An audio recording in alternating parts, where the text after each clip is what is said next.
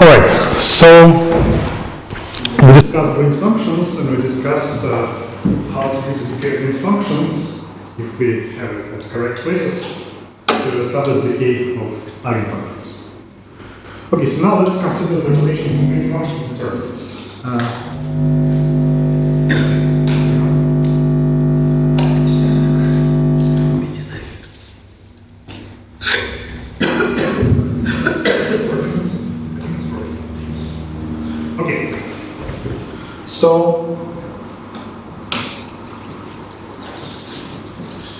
So there is a type in this formula, but I'll explain. So to call Green's function is the inverse of the restricted period. And to calculate the inverse, you use Kramer's rule. Use Kramer's rule, you cross out one row and one column, depending on which element you are calculating.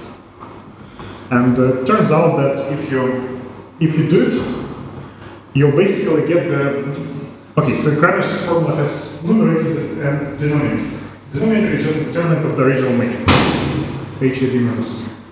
And numerator will depend on which row and column we cross. But eventually, it will reduce the product of two matrices of two determinants of similar type restricted to the smaller intervals. So here the actual formula will be A m minus 1, here will be h n plus 1b. So plus 1 and minus 1 here are not really important. So everything will be n over 20. So the reason is that when we cross like a row and column, then part of the matrix will be shifted below the diagonal, and it's just going to become identity. So it's some calculation.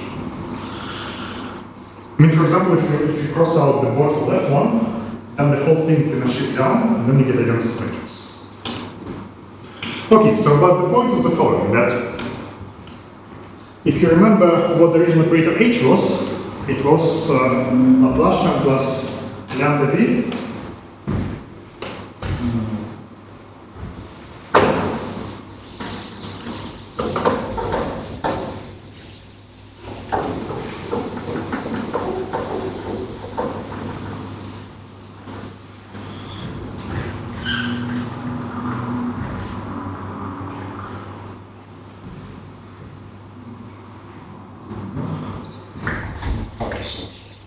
Okay, so h.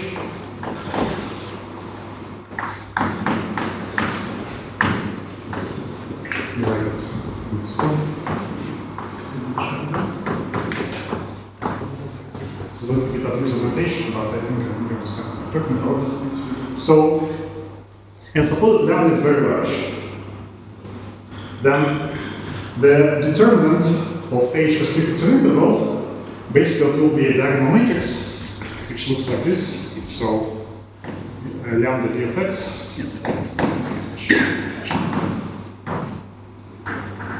lambda v of x plus omega 1 lambda v of x plus minus 1.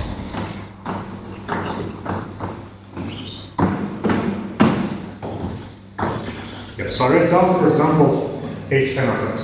So if lambda is very large, the determinant behaves roughly like lambda to the power n. If v is let's say if v is not very close to 0. So this is an upper bound of the type lambda to the power n. So I'll tell it a little bit more precisely. And if we have something like this, and m is not very close to n, then the upper bound here will be of this order. Well, maybe there will be another plus 1. Basically, it will be lambda to the b minus a minus something that's essentially the distance between n and n. So each time so as you go away from the diagonal Green's function, in the numerator, you get smaller power of lambda in the upper bound. And suppose that we somehow get a lower bound of the denominator of the order lambda to b minus a. Again, I'll explain what the order means. Then you'll get the Green's function decay, because lambda because when you take the ratio, you get lambda, okay, so b minus a plus minus n minus n divided by lambda minus a.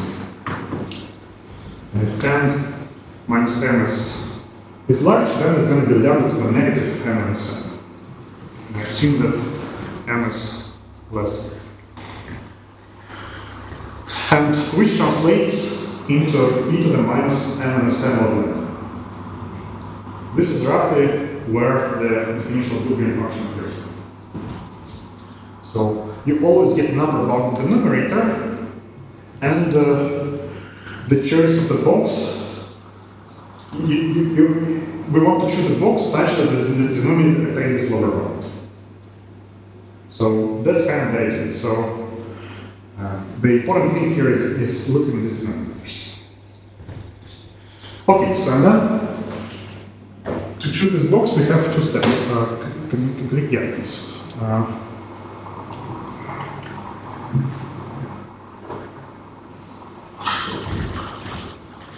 Okay, so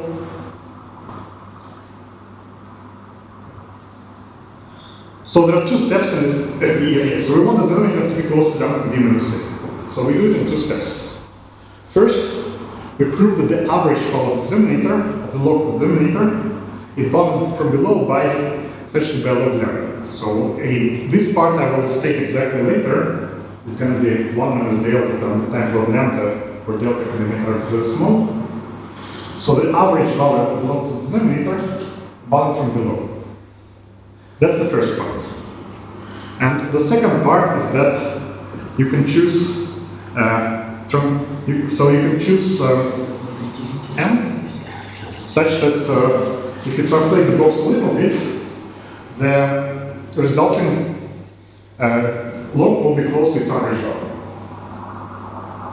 So again, most of the things will be made a little bit more precise. But the important part is that in this part there are two components. First, the average value denominator is not small, and second, so for a fixed box, it's possible to place it by changing the center a little bit, so the denominator becomes close to the average value. Okay, so and the first part is basically related to Lyapunov's part. So the first part is the same argument as used in showing that for large lambda, the Lyapunov exponent is positive. And the second part is something that people call large deviation theory. It's that it's possible to find the shift of the original operator, so by vector translation, which is not very large compared to the size of the box, such that the denominator will be close to its average value.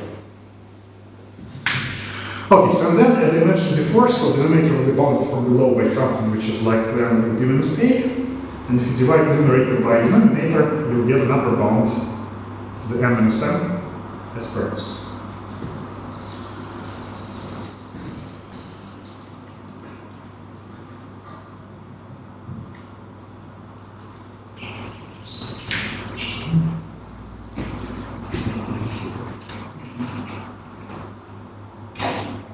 Okay, let's talk about the first part. It's a theorem by Soretz-Spencer. So there are several versions of it. So there is one for Lyapunov exponent, there is one fixed. Okay, so this is it. So fixed V, real analytic, one periodic. Assume that it has extension bounded by 1 into the strip of width 1, like we discussed above. So for any positive delta, there is lambda 0 with quantum v and delta such that the determinant divided by n on average is bounded from below but 1 by minus delta log n. Okay, so for lambda greater than lambda 0 that we chose here, and energy, let's say less than 10 lambda. So this bound, in this bound you have to restrict energy to the bounded domain to make it uniform, but fortunately the spectrum of operator is bounded. So bounded by Okay, so it actually technically is bounded by lambda plus 2 or something like this, just none of this greater. So this is enough. Okay, so to prove this bound, we'll need to use subharmonic functions. So now I'll have some overview about subharmonic functions. So again, we're talking about average value of the denominator.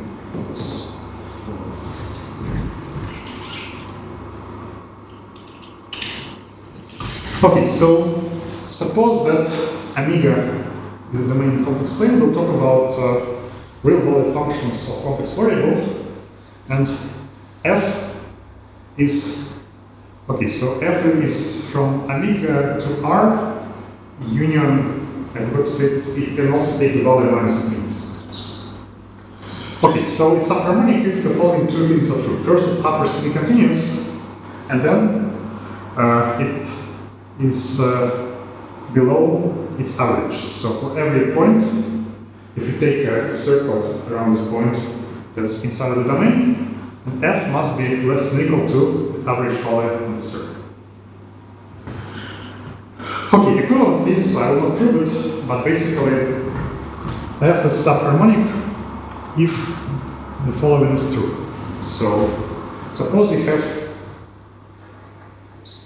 so for any disk such as closure belongs to omega, suppose you have a function that's continuous in the closure of the disk and harmonic in the interior of the disk, with the same boundary conditions as our function. Then our function is less than the harmonic function. So it's smaller than any harmonic function with the same boundary condition. Not logic.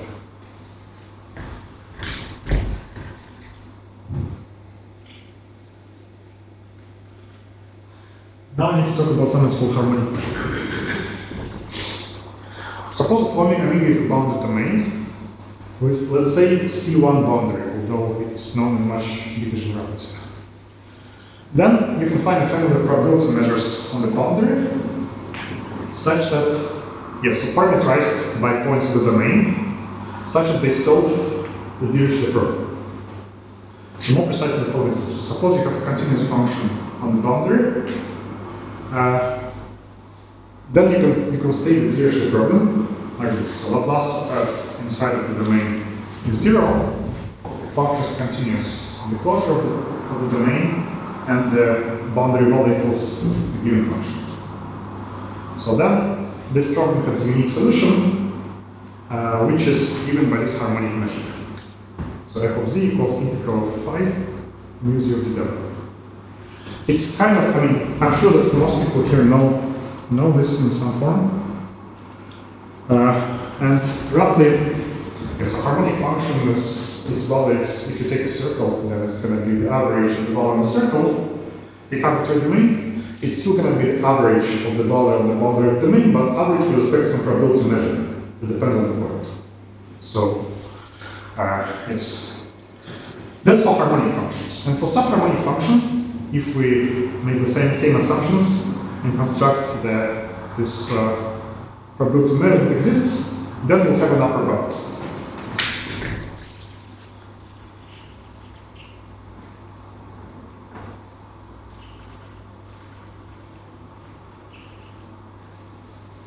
So if G is subharmonic, it has boundary condition, and suppose then if we try to integrate boundary condition against the harmonic measure, we get an upper bound.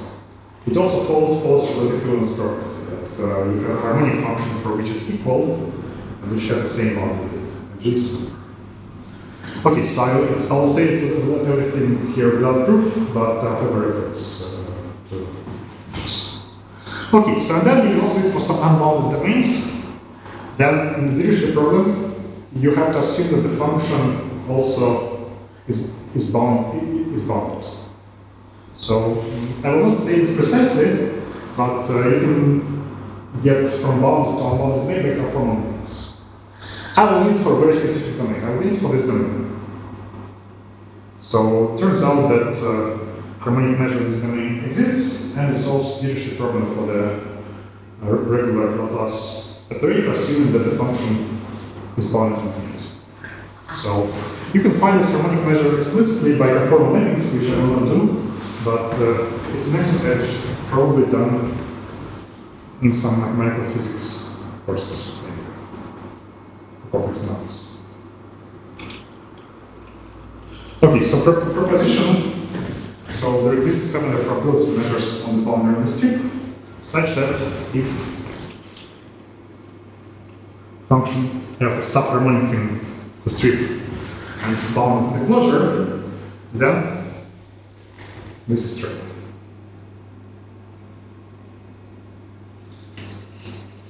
And if you have a harmonic function, then you have a point. And this is important, because you can sometimes have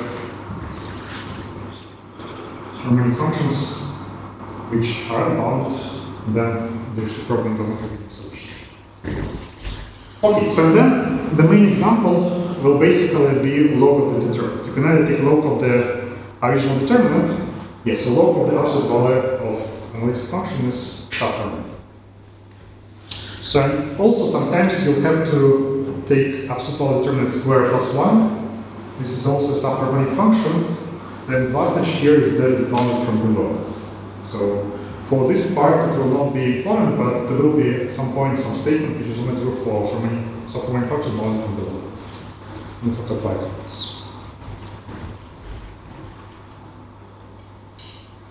We'll need some simple bounds for the harmonic measurement. So, okay, so again I have a typo here.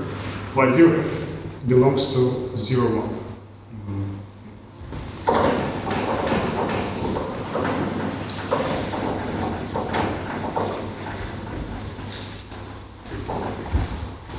So Y0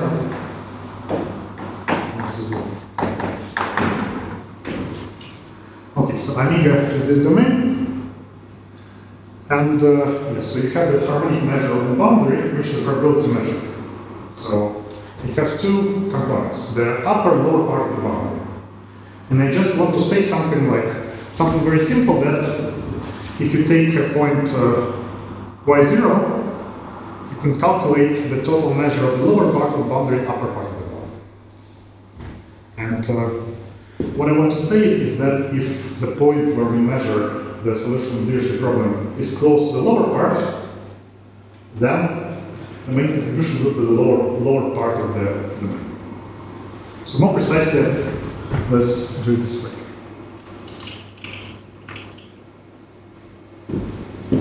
Take this function, I imaginary part of z minus y0. It's a harmonic function because it's essentially imaginary part of analytic function.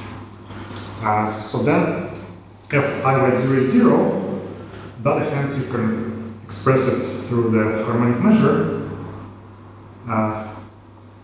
And because this function on the boundary is constant, different constants on each component is constant, you can use it to calculate the harmonic measure of lower part and upper part like this.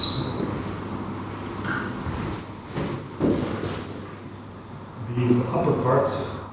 Yeah, so for example, if our point y0 is close to 1, then the harmonic measure of the upper part is almost 1, harmonic measure of the lower part is almost 0. So it's just a linear interpolation of this. Okay, so you'll see why I want this, basically, but yeah. Any questions about this part? This is supposed to be kind of physical. Okay, so we'll get back to this when we prove. Okay, this I can skip.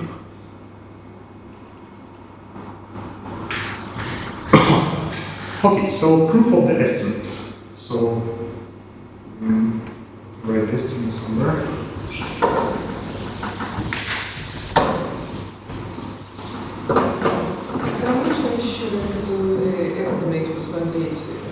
Да, я хотел здесь выписать сейчас. Очень хорошо. Я могу на нее полистаться и выписать. The integral of log, да, вот это вот.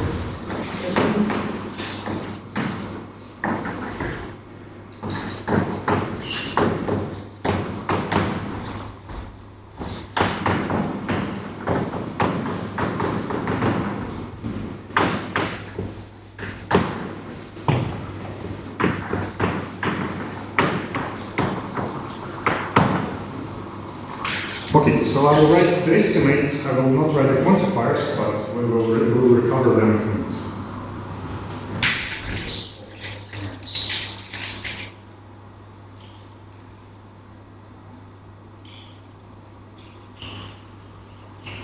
Okay, so here I said the opposite results, but we already made the assumption that V is bounded by 1 on the strip, denoted by F capital determinant.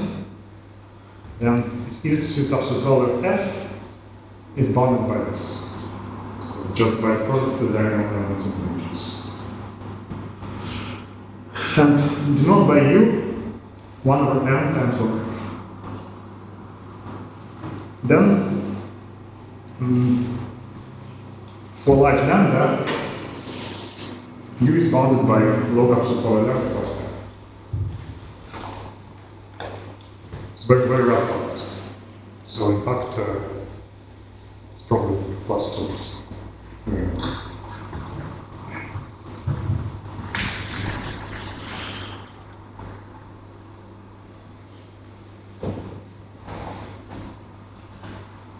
Okay, so this is important. It's possible to find positive epsilon such that the following is true. For any E1 between minus 10 and 10, there exists Y between delta over 2 and delta such that the infimum of V of x plus Ay minus E1 over all V of x is bounded by from log x. So,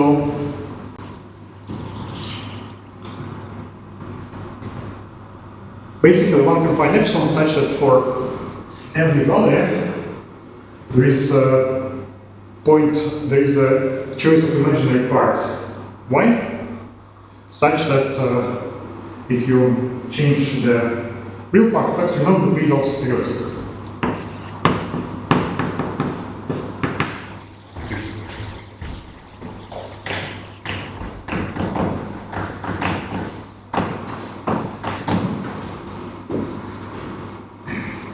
That V is bounded, V minus 1 is bounded from below.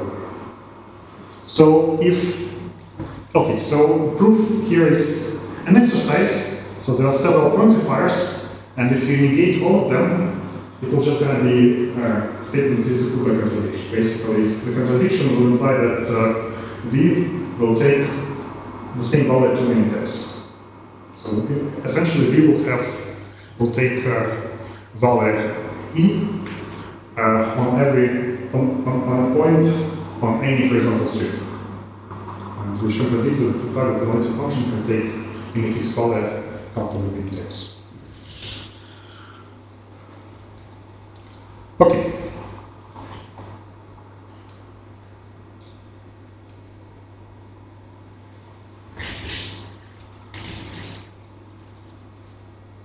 Well, I mean, so just negate the quantifier. So there exists an epsilon such that for every E1 there exists Y, so if you less than epsilon, it would be that for every epsilon, for every epsilon there exists an E1 such that for every Y, this infimum will be less than epsilon. So then because it starts so, for can I ask a stupid question? If the function b is identically 0. Yeah, assume it's not identical to 0. Yeah. So that's the only exception. Yeah. Well, Okay, if it's not identical to 0, the directional theorem also. Is identically constant. Not constant. Yeah. Sorry. Yeah. So that's supposed to be in directional theorem. B is not constant. Otherwise, the result is obviously not true.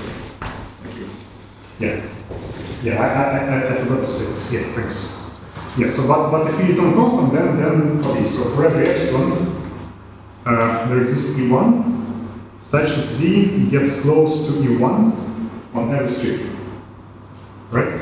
So then take a sequence of epsilons that goes to 0, then essentially you'll get points on every strip that gets as close to E1 as you want. Then each of them has a convergent subsequence. Then it means that on every strip there is a point where V is equal to 1.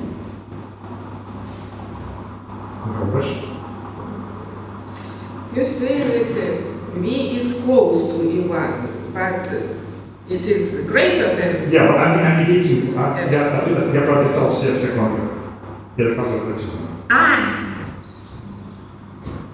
Да, то есть, если я правда прописать все контуры, то в конечном итоге получится, что отрицательное утверждение соответствует тому, что V принимает какое-то фиксированное значение на какой-то точке в каждой элементарной полосе. Почему не бывает? Okay. So why do we need this? So we need this to say the following. So okay, so now let's fix some E less than 10 lambda. Then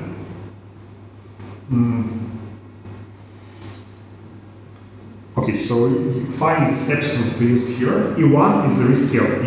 E1 is E divided by lambda essentially. And then we have this. So lambda d of x plus n omega plus ey minus e greater than lambda epsilon for all integer n, because this n omega is a particular case of x. So basically, in other words, we wanted to have it for all x so that we can have the same bound for all diagonal edges of the matrix. They only differ by adding n, right? And now, okay, so this bound looks like it's very small, it's just less than epsilon, but it's multiplied by lambda, and lambda is large. And if lambda is greater than 1 over epsilon, then you can get a lower bound for the determinant because it can be dominated by the diagonal edges. So and eventually, okay, so what was f? F was log of f was basically the determinant, yes, h minus. Then you can say it's bounded like this. And if you take 1 over n log of the determinant, it will be bounded from below by this log epsilon lambda minus O of 1, where O of 1 means that it goes to 0. There's a bound that goes to 0 as lambda goes to 0. To infinity.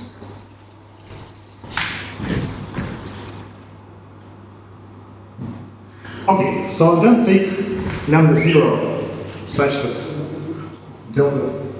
Okay, so f is the determinant. U is 1 over n times log of the determinant. U is actually the function of n integrated here, including 1 over n. Okay, so then if you take large lambda 0 such that this is true, then you can expand this as log epsilon plus log lambda and absorb log epsilon into minus delta log lambda. Right? So because this delta is in front of lambda, you can absorb a lot of corrections into this term, even epsilon. Because we first choose delta, and based on delta we choose epsilon from the above theorem that is by contradiction, and once we have epsilon delta, we choose lambda 0.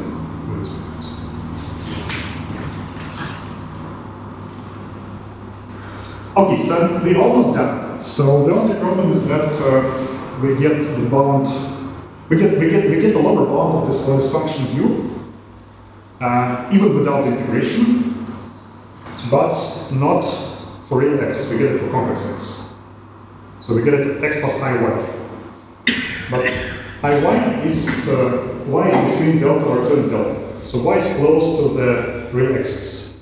And this is where we use the harmonic method. So kind of the subharmonicity says that if the function is large somewhere, then it also must be large somewhere in the boundary. Right? Because it's kind of smaller than the policy in the boundary. And if the function is large, somewhere close to the lower part of the boundary in our domain, then its average in the lower part of the boundary must be large. And that's how you complete that. So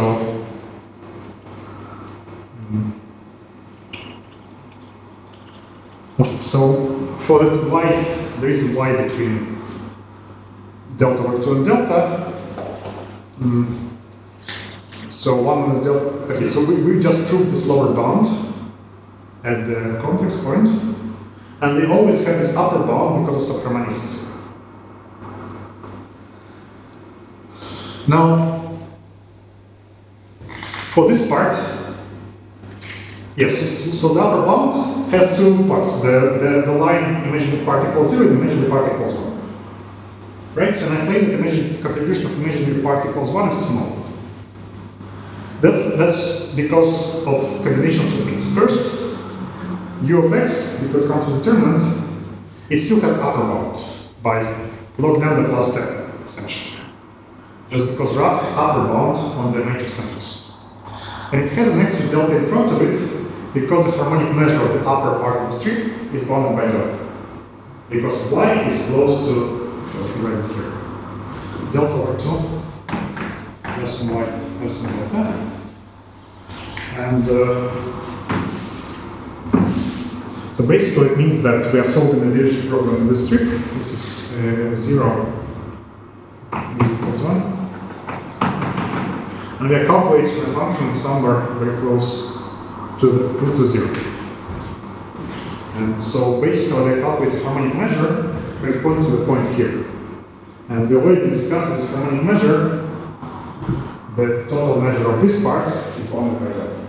Right? So this is what gives us delta times log lambda here. So we move to the left hand side and absorb it and say, okay, here let's make it 2 delta instead of that. So with that we get a lower bound on the integral of u of x. So now u of x is based on the real line with respect to the harmonic measure. We are still not done because it's integral with respect to harmonic measure, not the integrate with respect to the back measure. Harmonic measure is something that decays progressively. But you can apply this instead of iy, you can take any point x0 plus iy and apply the same argument. And then take average. So basically by averaging, yeah, so we just proved this. Okay, again, let's say that lambda is so large this 10 delta also absorbed into this term. So we can compare it to this. And then we apply this argument instead of iy at x0 plus iy, integration change the order of integration. And then in the end, we get that the integral of the average value of translations of u. So these brackets mean average over the period. So we change the order of integration, calculate the integral from 0 to 1, replace it by average value. And here we get harmonic measure, which is bound from which we can now integrate and get 1 minus delta. So I guess we have to put, this technical, this is correct. So this is greater than this, which implies that average value of u is greater than or equal to 1.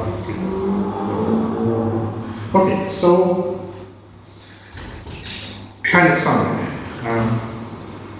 Using that argument with epsilon delta, we find some point inside of the strip where all the potential are not very small at the same time. That gives us a lower bound for large lambda.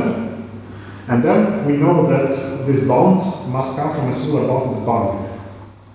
And we know that one part of the boundary cannot satisfy if the contribution from upper part of the boundary is too small, so everything has to come from the lower. And that gives us a bound to average. Okay, so it's the same idea can be used to prove uniform positivity of lambda exponent for operators with perturbative potentials, which we're going to. Okay.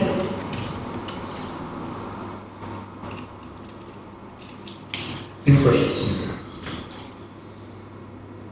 Yeah, I understand that I skip some details or pretend that I leave them as an exercise, but my goal is to kind of make the whole thing believable rather than prove every single statement with every single constant. Okay.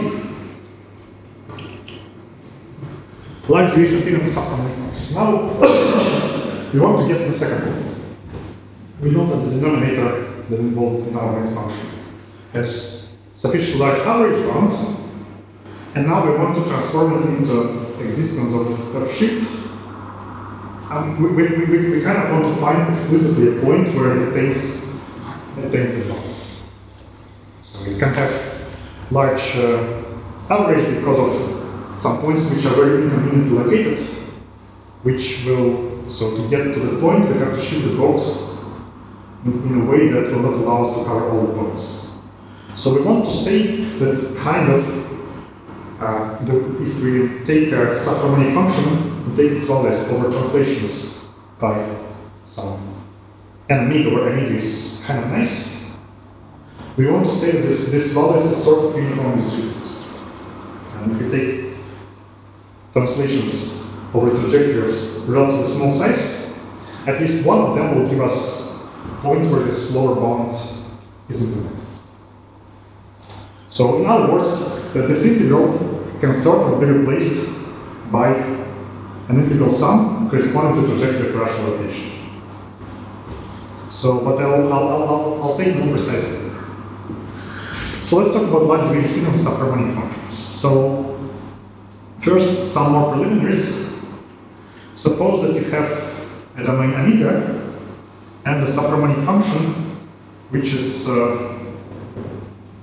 whose absolute value is bound by constant. Okay, so here again, this can be ignored, and not identically equal to minus infinity, because I already assume that the absolute value is bound. I think I changed it and copied for some other thing. Okay, so suppose that okay, we have omega bounded domain. Did I say it? I'll say it later. Suppose that you have another domain omega 1, such that the closure is compact inside of omega, and omega 2, this closure is compact inside of omega 1. So then, the following is true.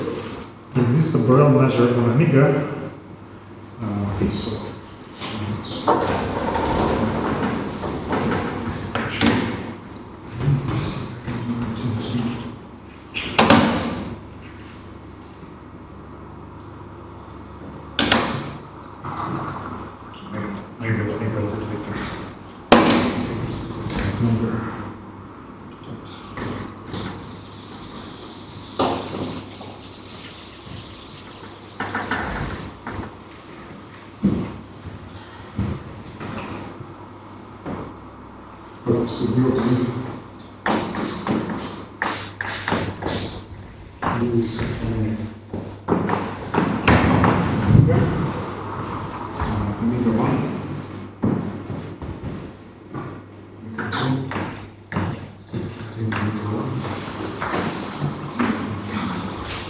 okay, so and mu is a Borel measure on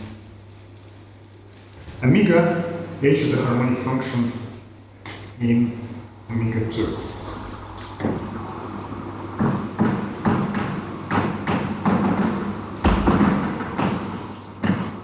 I think mu actually is in omega 1.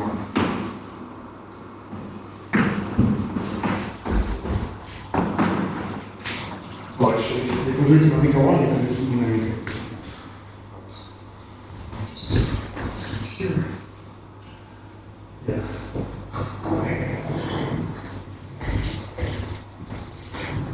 Is there a question from Zoom? I think I see someone.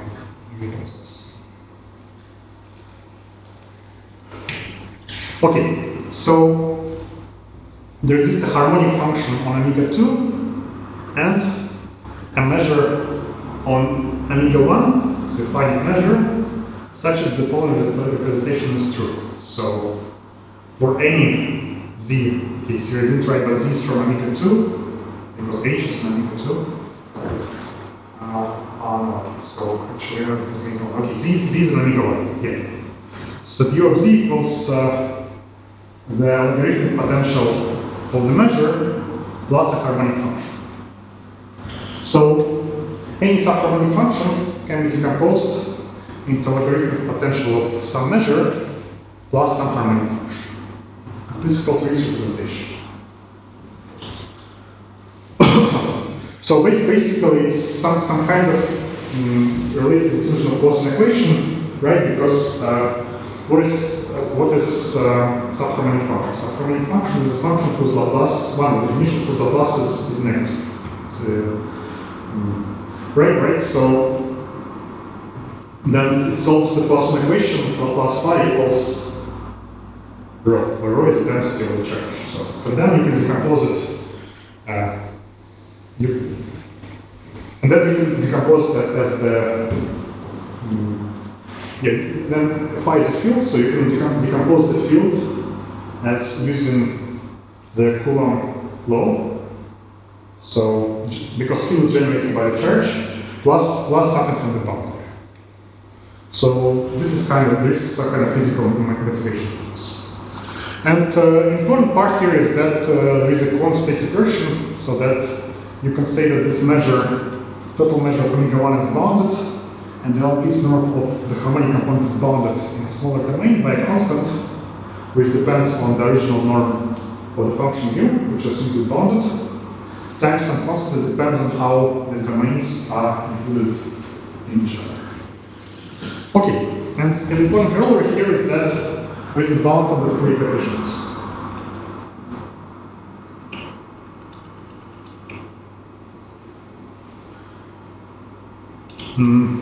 Yes, so corollary, suppose you have this omega, 0 less than 1. Suppose you have a one periodic harmonic function, which is bound in the mean. So, I mean actually two assumptions, but this is not a statement of corollary, it's actually just some calculation.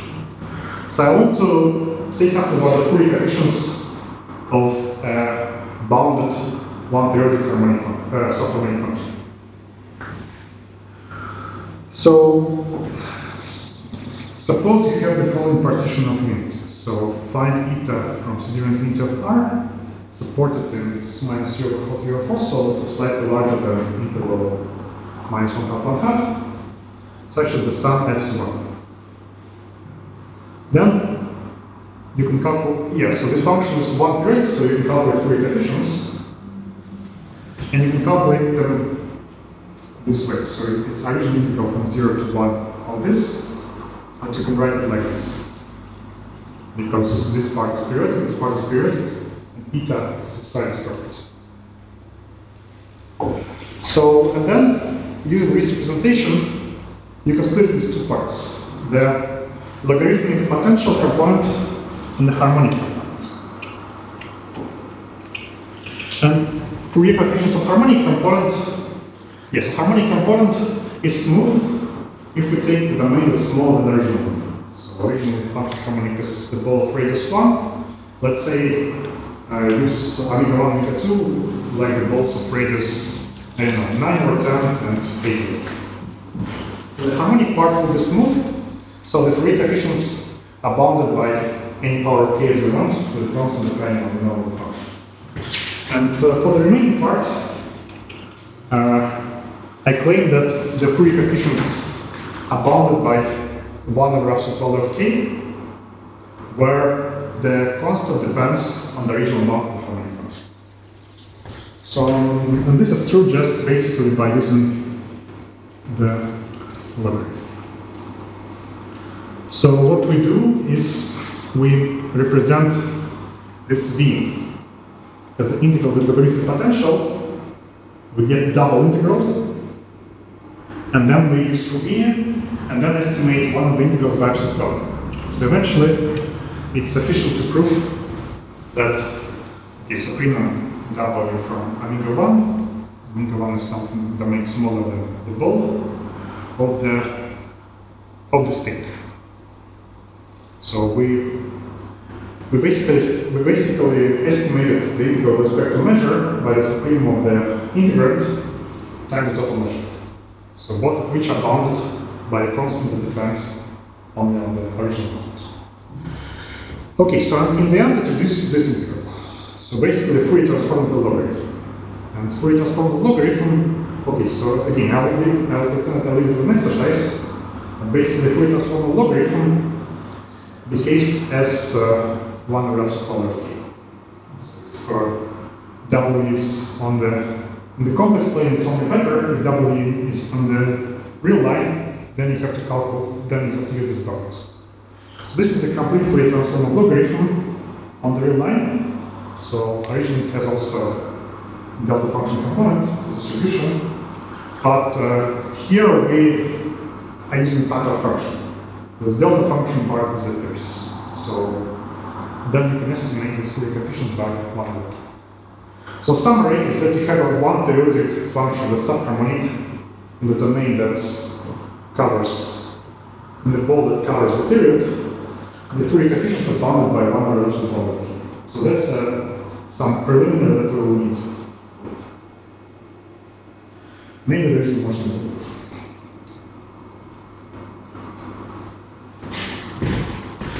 It's important that the subharmonic function is bounded from above and from below.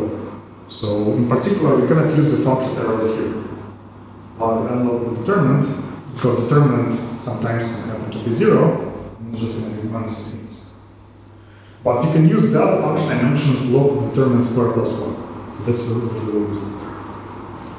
Okay, so now let's talk about large deviation theory. So I promise that there will be something about the translations over trajectory. Let's talk a little bit more about Diophantine frequencies. So here I'll change the notation a little bit because it will be a bit more convenient for the proof. So this tau is the set of all omegas. T is the one-dimensional torus. You can also say interval 0, 1, such that the distance to n omega to the integers is from below by 1 over tau and n to the tau. So the difference here is that previously I had two different constants, c and tau. Now I basically say that c equals 1 over tau. And it doesn't really matter because the union over all tau is equal to union of over. Yes, so the union of these things will cover all the Diophantine frequencies and directions. So basically, let me write it precisely.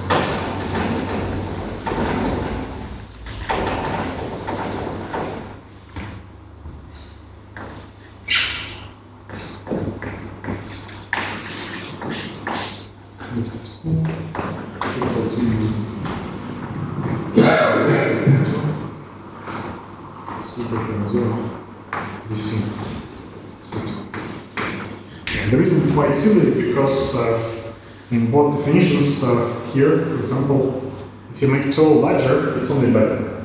If you make c smaller, then it's also only better. So if we just take tau larger than take the maximum of the original tau and 1 over c, let's say, then it's fine. Okay, so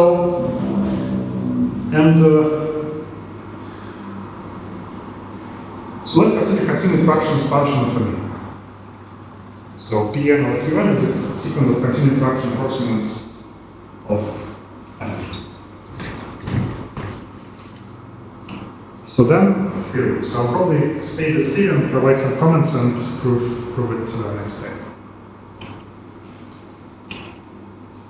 Okay, so suppose that U is a one periodic function, real valued function R, which admits a subharmonic extension into the strip like this, bounded by 1 in the strip.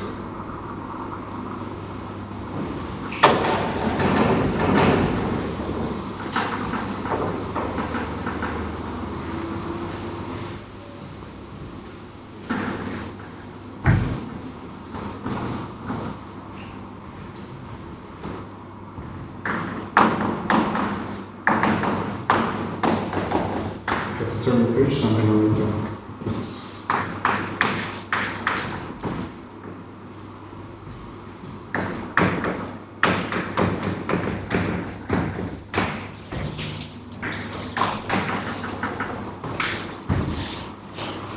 And we also extend to subharmonic.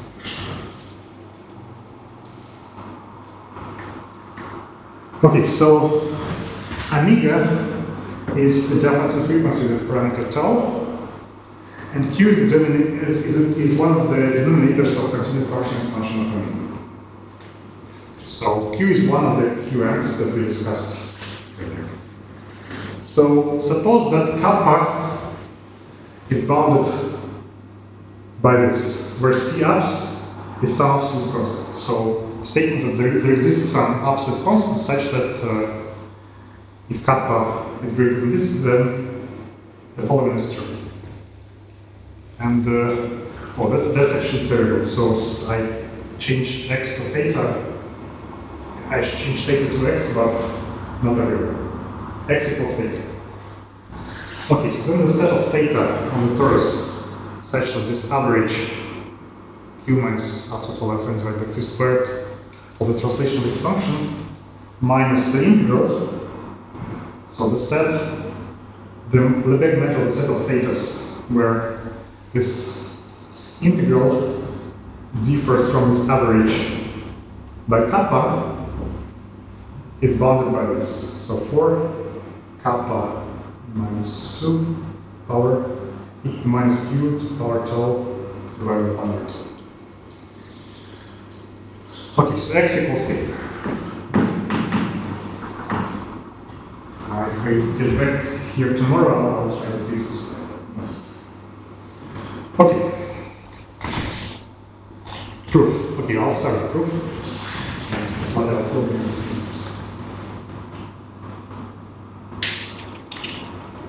Yeah, okay, so maybe let me make some remarks. So if you calculate these numbers, the sum of these numbers, they'll add to 1.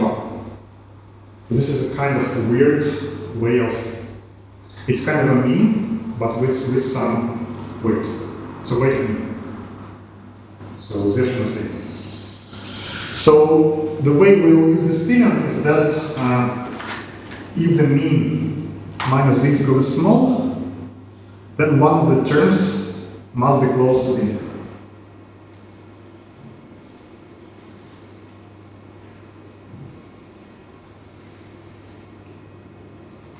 Okay, so but then let's talk about the proof.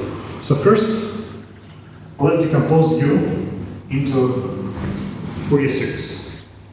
So this is a zero Fourier coefficient, which is the average of u over 0, 1, plus the remaining coefficients. And as we discussed, this coefficient is bounded by 1 over t. And I think this is basically the only place where we'll do some parameters. So you can restate it as that suppose that the function has Fourier coefficient bounded by this. Okay, so and then if you take the sum stated here and apply the Fourier expansion of u, after you arrange the terms, you'll get something like this.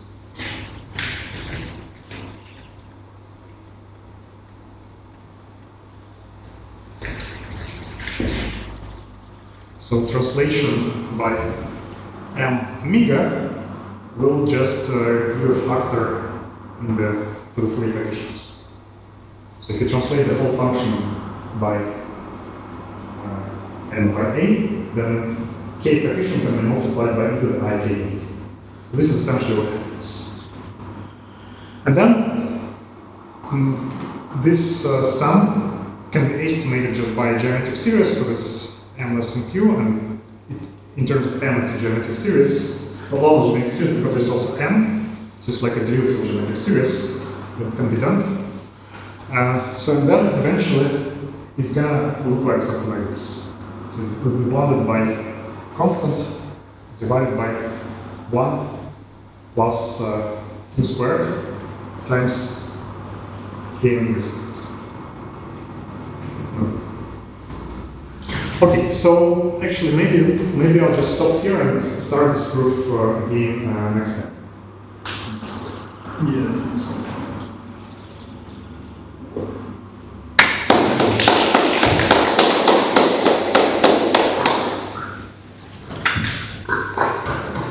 Other questions, remarks?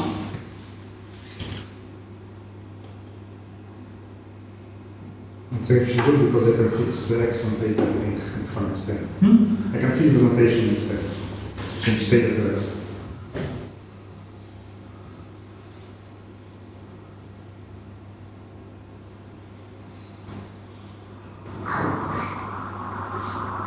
But if there are no comments, it means that everything was clear and very interesting. And so let's thank the speaker again.